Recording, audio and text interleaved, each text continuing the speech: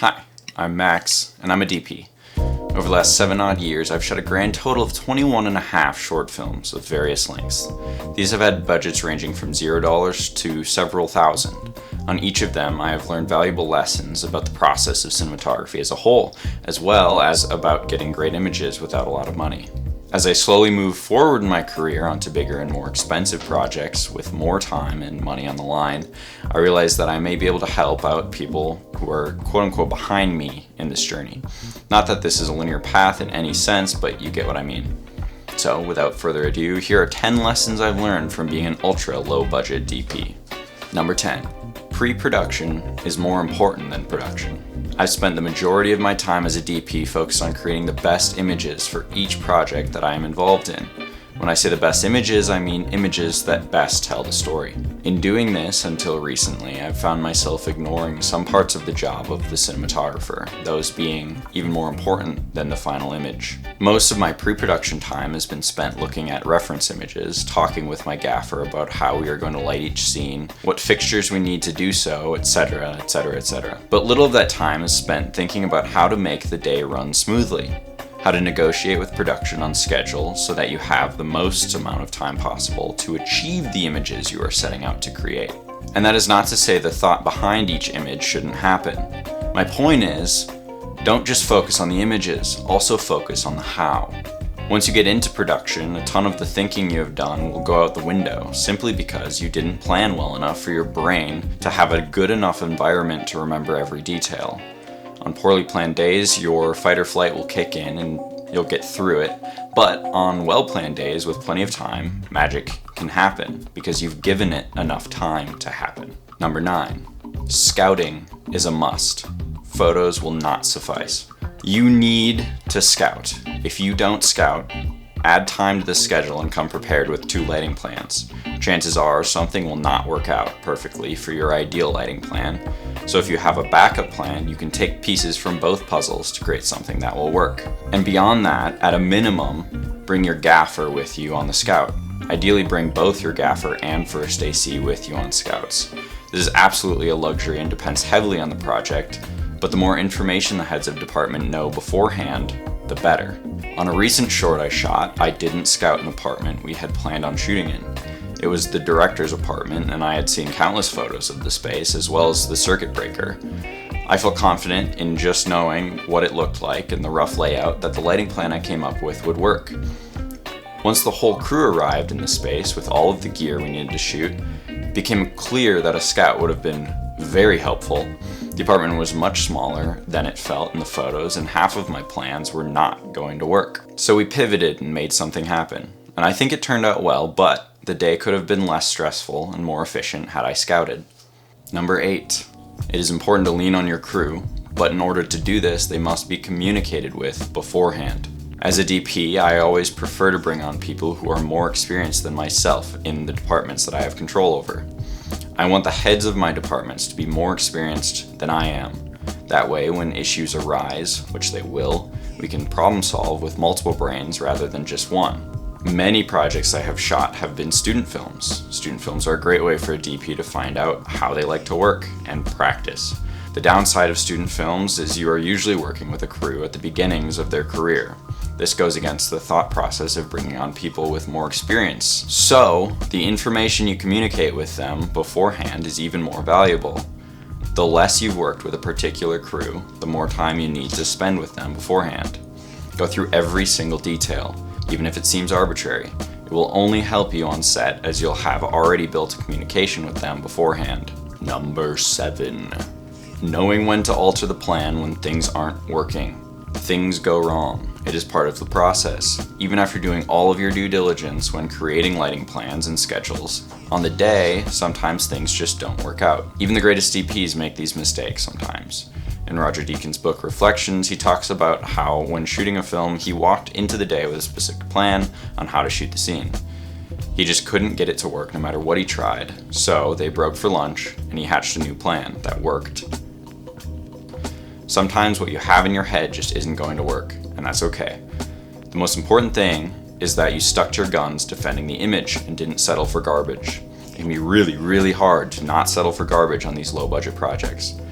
But what is the point of having a bunch of people there for free or low rates if you're just gonna make a pile of shit? Number 6.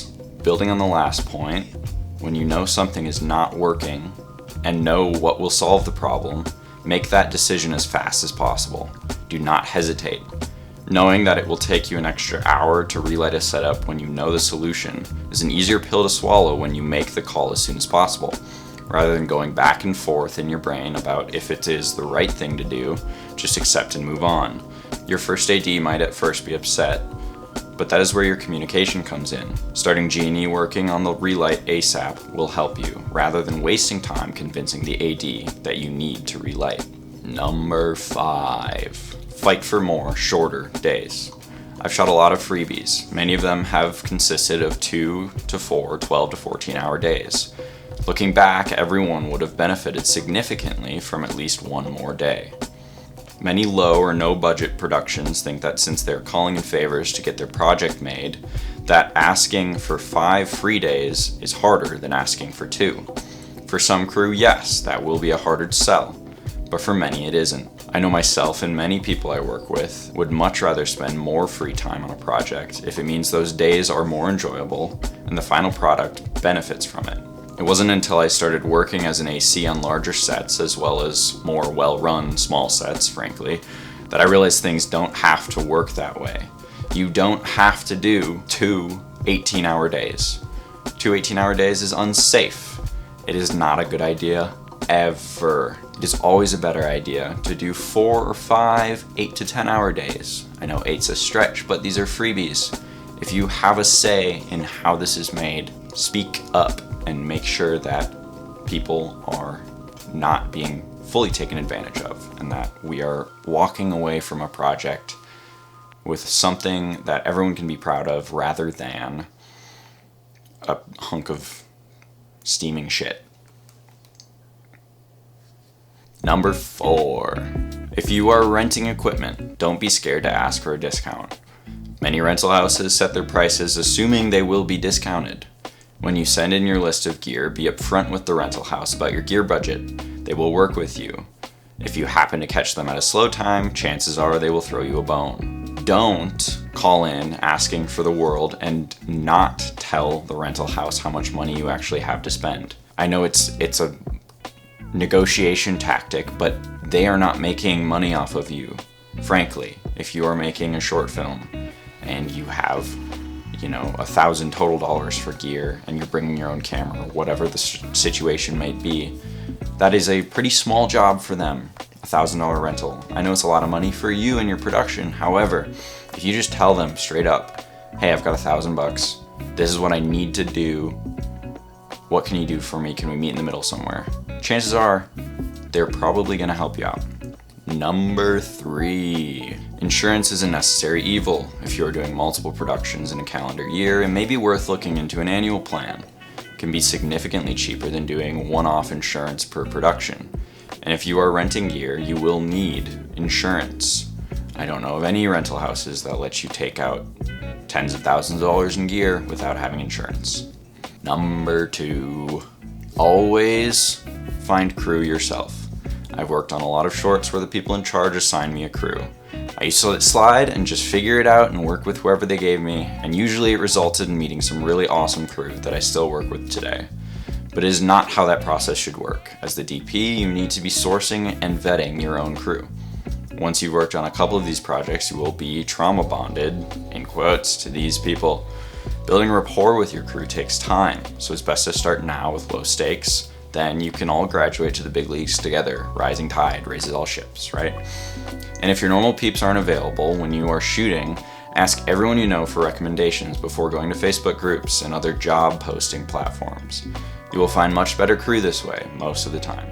Occasionally there's a gem off Facebook, but know you're always taking a risk when you're bringing on a rando. And that's fine sometimes, but always try your best to bring on people you know or people you know. Bring people who you know. People who know people you know. Right? Finally, number 1, the absolute most important lesson of all. is that your attitude has more impact on how things go than anyone else's.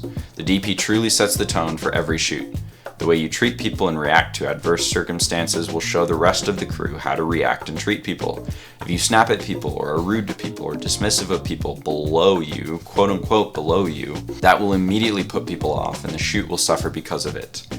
If you show up happy to be there, treat people with respect, listen to people's ideas, take them into consideration, stay positive, stay in a good mood even at the 13th hour, everyone around you will only be in a better mood because of it.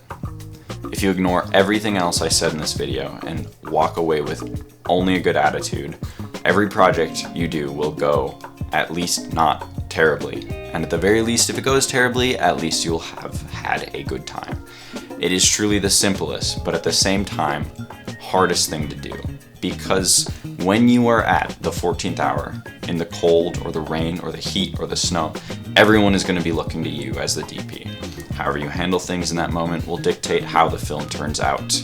And that's all I got for today. Thank you so much for watching, and best of luck on your next project. Peace.